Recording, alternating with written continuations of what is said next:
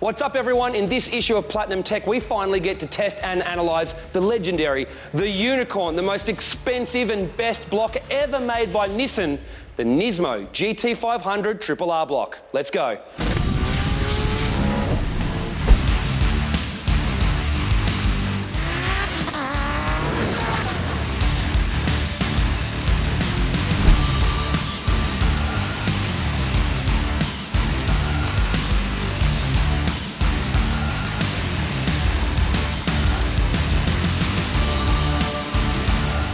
Now, a lot of people on our channel had been asking us to test one of these blocks, but don't worry, we have been wanting to test one more than anyone because we're big GTR fans.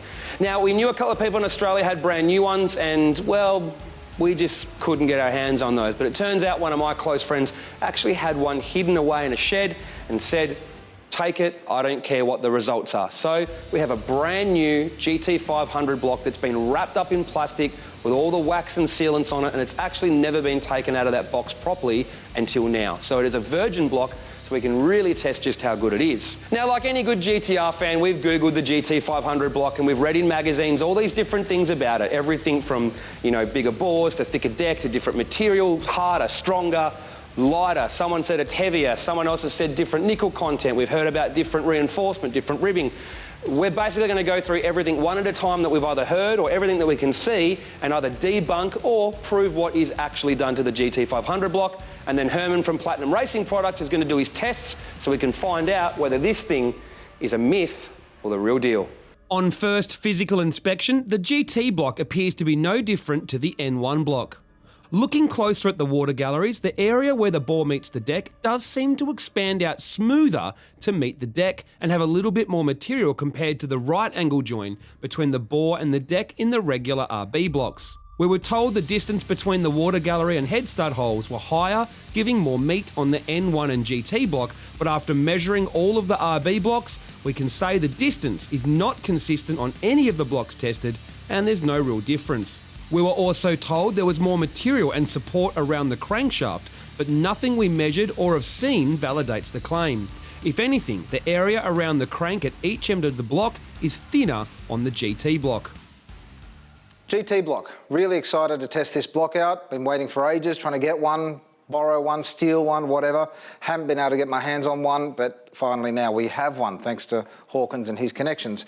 I brought down an RB26 block because it's the most comparative as far as I'm concerned. It's the four-wheel drive, it's the cheapest block versus the most expensive block that Nissan makes. So you would expect this to cream our poor little old cheap 25 slapper, which is going to be our next engine for the yellow car. And this is the first and only GT500 RR block that I've ever come across, ever tested. I've already done a little bit of testing here. I've got a fair idea of what's going on, but obviously we're going to do some live testing with you now and run you through everything that we do with all the other blocks and give you a fairly good idea of how we would rate this block and whether it's worth the kind of money that it is worth. Okay, we're going to jump straight into deck thickness here. The RB25, usually around 7 mil. So we'll just suss this one out straight away before we get into the other. 6.7, 6.5, 6.3, 6.5 mil, 6.8, 6.5 to 7 mil. We're going to call that slightly below average, half a mil below average for a 25, 26, 05U type block. The N1 is thicker deck. We usually expect around 8.5 mil. So we're going to have a look at this GT500 and see what we've got. 8.4, 8.08, and we're going to go through here, 8.86. I'm going to say it's fairly consistent with an N1 block, which was our 8.5. So it's definitely not a thicker block deck and definitely not what we expected. I was hoping for a sort of 9.5. So that's deck's done. Okay, we're going to jump straight into bore thickness here, which is probably the most crucial part of determining whether a block is serviceable or not, especially for high horsepower applications. Some people might want to know about calibration, and it does change on the density of the block somewhat. These two blocks I have started testing now are fairly similar in their hardness range. My calibration was out slightly from the standard 05U type block, which I usually test. So I've just updated my calibration. I do have an RB bore here, and I have now compared it against my averages across the top of these decks. Okay, so on average, our RB26 block is between 3.5 and 4 mil on the back wall and the front wall of the block. On the thrust side and the opposing side, usually end up with about 5 or so to 6 millimeters. So as long as I don't get under my threshold of 3 millimeters, I'm happy for a block to get pushed. But for a high horsepower application, you're talking 1,000 horsepower, minimum I like to see 3.5 mil. If you had 4 mil, you're doing star jumps. You're really happy with that sort of bore thickness. So 4 mil, where it's usually a little bit thinner. 3.93, it's okay up the top there. I'm going to check the opposing cylinder. Okay, if you can see that, 4.10. 4.35 or so. I'm going to go through it, check the thrusts there. 4.3. 5 mil, gets bigger towards the top. 5.14, awesome. And now the opposing cylinder wall there from the thrust. I've got a nice 6 mil. 5.8, 5.7 towards the top. Pretty good. I'm going to do a quick scan of the thinnest parts of the cylinders, which is usually between the bores on all these blocks. So usually we want to aim to have at least that 3 mil, 3.5 for a big horsepower build. Still got a fairly consistent 3 to 4 mil bore. We're going to check the other side, 3.9. We're happy there. Going to check a couple more quickly. Plenty of lube there. 4 mil, 3.92. So far it's pretty good. 3.75, 3.6, which is about the thinnest so far on this block. Let's just test one more. 3.6 again, 3.66, 3.82. Not a great connection there. Okay, and 4 mil. Okay, so the average bore thickness of this block is really good. We didn't have anything under about 3.6 mil. I'd say that's extremely high. It's above average for a 25, 26 block. Stoked with this block. Okay, we're going to roll straight into the GT500 bore testing with our little ultrasonic tester here. I'm expecting some really good bores, 4.5 mil to 7.5 mil on average, if the rumours are true that it's a mil thicker in the bore. So I'm just going to run around about 1.5 inches down from the top of the bore, because that's where they're all thin if they're going to be thin. And I've already had a quick look at this block, so I've got a fair idea of what I need to show you. Cylinder 1, 4.2, 6.5. So far, so good. 6.7. Thrust side, 5.5 mil. It's not fantastic on that bore, the rest of it was okay. Here we've got already 3.5, and I'm not fishing around here for the absolute thinnest. It's not a fantastic bore. I'm expecting that to be at least a mil thicker there. But we're just going to skim around to the other side, 7.2, 4.1, 6.5. These bores are just like every other Nissan RB engine, all over the shop. Okay, 4 mil on that backside. 6.7, I'm expecting this side to be thicker because we had just under 3.5 mil on the other side of the bore there, and it is a little bit better. We're not worried about the thrust side and the opposing to thrust side of the bore, because usually they're pretty good. It's between the cylinders that's the problem on most RBs. Cylinder 4, let's have a look. 3.2, 3.19, here we go, 3.09. This is not looking good here. That side's okay. 4.7, 4.8, 6.03. I'm just going real quick here because I don't want to take up all day. 3.2 on the back wall, 3.1. I'm just going to fish around here because it seems to be getting thinner and thinner the higher I go. Wow. Look at that, we've got a 3mm bore and a bit of core shift. From there, I got 2.99 and I move the sonic tester around, not even 5mm, and it jumps up a mil. Massive core shift right at the back of cylinder 5. And I'm calling that not a great block. Now that I've found a 2.99, I'm hoping that the other side of that wall is going to be thicker to compensate. Not that it's going to help our 2.99, it's still a thin spot of the bore, and this block will crack at that thin spot. Yeah, a bit better there. 4.8 odd. Just going to come back to this side. 6.5. That back wall on the last cylinder is always good. 6mm, so nothing to worry about there.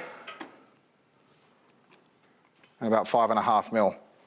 So all in all, we've got 3 or 4 thin cylinders under 3.5mm, 3.2, 3.1, 3mm, 2.9mm on the back 5th cylinder there. So I'm shocked and a little bit disappointed, kind of happy, but I've got mixed emotions now.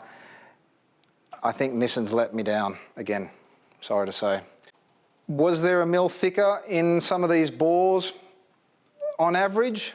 No, I mean if you took the average across the whole lot, I mean, maybe 0.2, maybe 0.5 until you get to those thinner sections of the bore, and then it's actually on par or worse.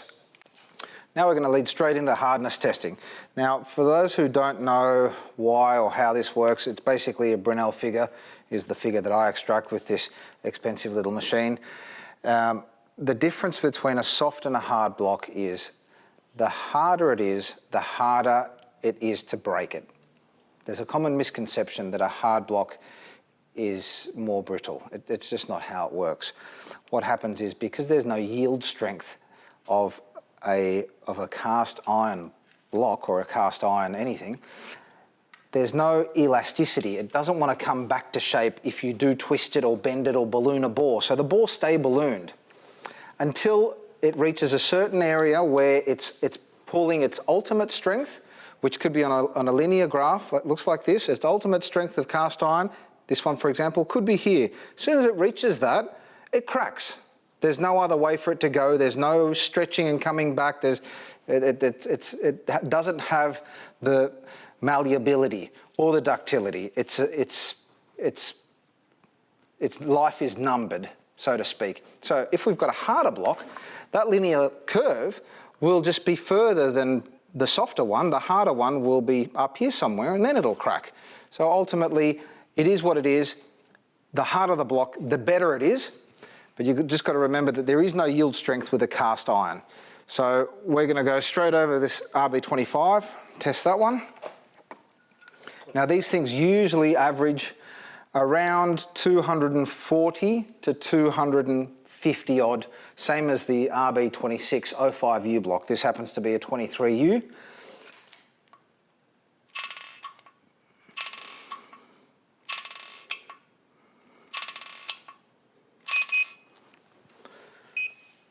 .257, Unicon block. That's as hard as they get in an RB25 or 26 block, and this thing is just a freak. I'm expecting this one to be at least the same, if not better, being the world's most expensive Nissan RB block. You can hear straight away that ball's just not bouncing. 245. That's on par with the average 25 or 26 block. The N1 24U is usually a little bit softer than that. They average between 220 and 230. So this is better than the N1 as far as hardness is concerned, but it's on par with your average 25, 26 block. Unfortunately, there is no miracle unicornness happening here. Okay, we're starting to get towards the end of our testing with this GT500 block. I just wanted to give you a little bit more information this time after speaking to a friend of mine, Peter, PMC Race Engines, and a couple of guys that don't want to be named that are fairly big in motorsport, engine building and tuning. The GT500 block was never anything special. Got a couple of guys that have bought block after block, testing them to find a decent bore, and 2.8 millimeters is sort of average, up to the 7 mil core shift. But the situation is where they go from thin to thick, and it always seems to happen along here. It's thick here on the thrust side, it's thinner on the bottom of every bore, usually.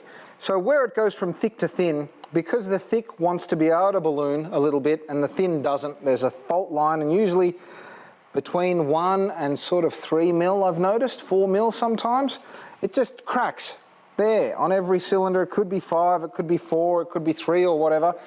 It's inherently a bad situation when it comes to, unfortunately, all the GTR blocks.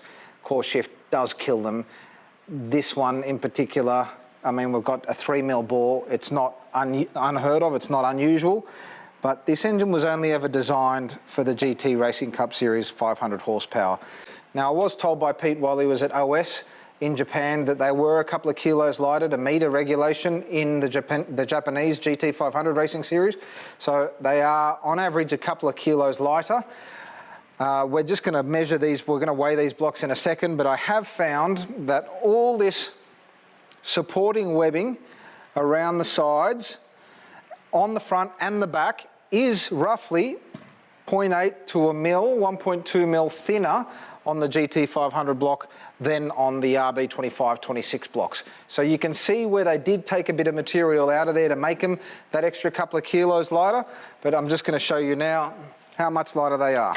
Bear in mind, this one is missing most of its main bolts. We're going to call that 68 kilograms to take into account a set of bolts. 65.9.